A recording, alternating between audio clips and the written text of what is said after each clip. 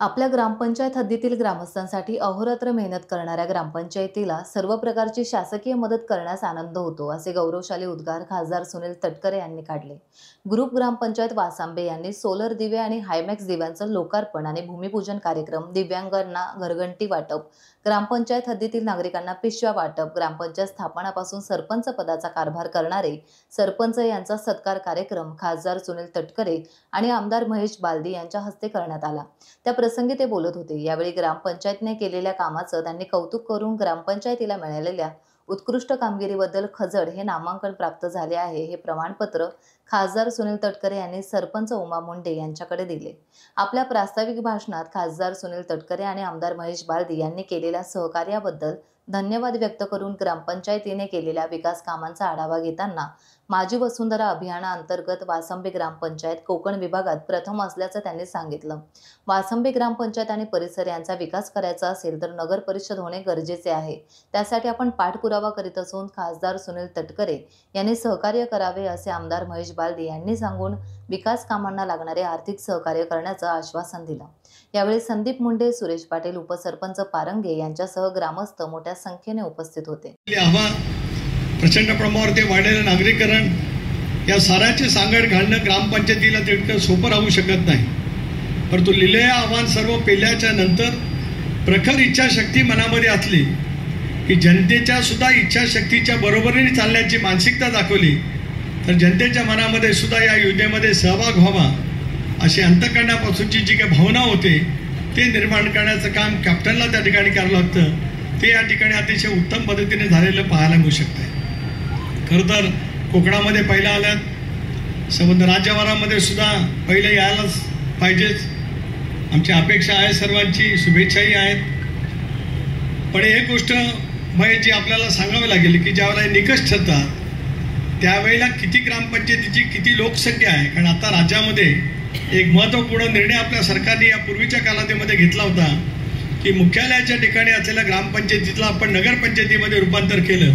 त्यामुळे बहुतेक मोठ्या लोकसंख्येच्या असलेल्या ग्रामपंचायती यापूर्वी नगरपंचायत त्या ठिकाणी होऊन गेल्या। त्याच्यामुळे आज महाराष्ट्राच्या कानाकोपऱ्यामध्ये इतक्या लोकसंख्येच्या असलेल्या ग्रामपंचायतीची संख्या किती आहे याच्याबद्दल मला शंका आहे, अति नगण्य असते।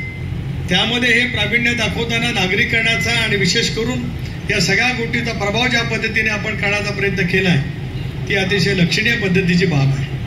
मग अशी माझ्या माजी सरपंचांचं, व्यापारी मित्रांचं, ज्येष्ठ नागरिकांचं बरोबर त्या ठिकाणी ऐकलं। इथे आज घनकचरा प्रकल्पाचा प्रश्न प्रश्न आहे, किती पद्धतीने स्वच्छता राखण्यासाठी गावातल्या महिला भगिनींनी मोठ्या प्रमाणावरती सहकार्य केलं तर जोपर्यंत घनकचरा प्रकल्पाचा प्रश्न सुटत नाही ग्राउंडचा, डम्पिंग ग्राउंडचा, तोपर्यंत अनेक गोष्टी त्या ठिकाणी निर्माण होऊ शकतात। मधल्या कालावधीमध्ये महेशजी हा प्रस्ताव पण राज्य सरकारकडे पाठवला आहे। महसूल विभागामध्ये माझे प्रयत्न आहेत, पण मला हे पक्कं माहिती आहे की भारतीय जनता पक्षाचे सध्याचे अध्यक्ष आणि राज्याचे अतिशय कर्तबगार महसूल मंत्री चंद्रशेखर बावनकुळेंचे तुमचे संबंध चांगले आहेत। माझे आहेतच चांगले, माझे खूप चांगले आहेत, कारण मी ऊर्जा मंत्री असताना त्यांच्या परिसरामध्ये एक मोठा प्रकल्प नेला होता। त्यावेळेपासून त्यांचा कोराडीचा, त्यावेळेपासून माझे आणि चंद्रशेखरजींचे एक जिव्हाळ्याचे संबंध प्रस्थापित झाले।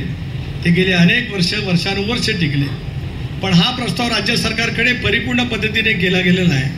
पण आपल्याला कल्पना आहे की मंत्रालयामध्ये अनेक वेळेला प्रत्येक गोष्टीवरती रसवडिंब हे सगळ्या गोष्टी काढण्याचा प्रयत्न त्या ठिकाणी केला जात असतो।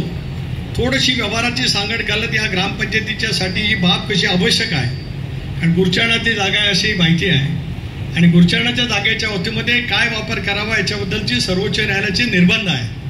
पण त्याच्यामध्ये एक गोष्ट स्पष्ट केलेली आहे की ज्याला सार्वजनिक हिताचं काम असेल त्याला राज्य सरकारला विशेष अधिकार आहे की गुरचरणाची जागा त्या कामाच्यासाठी राज्य सरकारला विशेष बाब म्हणून त्या कामासाठी देता येऊ शकते। त्यामुळे मुख्यमंत्री आपले आहेत, तुमचे ना आपले आहेत, उपमुख्यमंत्री दोन्ही आपले आहेत, ग्रामविकास मंत्री सुद्धा आहेत, महसूल मंत्री आहेत। आपण एकत्रितपणाने प्रयत्न करूया आणि पुढच्या काही कालावधीमध्ये जी जागा मागितलेली आहे ती जागा राज्य सरकारकडनं या ग्रामपंचायतीला देण्याच्या संदर्भामध्ये पावलं होती। टाइम्स डिजिटलला लाईक करा, शेअर करा, सबस्क्राइब करा आणि बेल आयकॉन दाबायला विसरू नका. Times digital.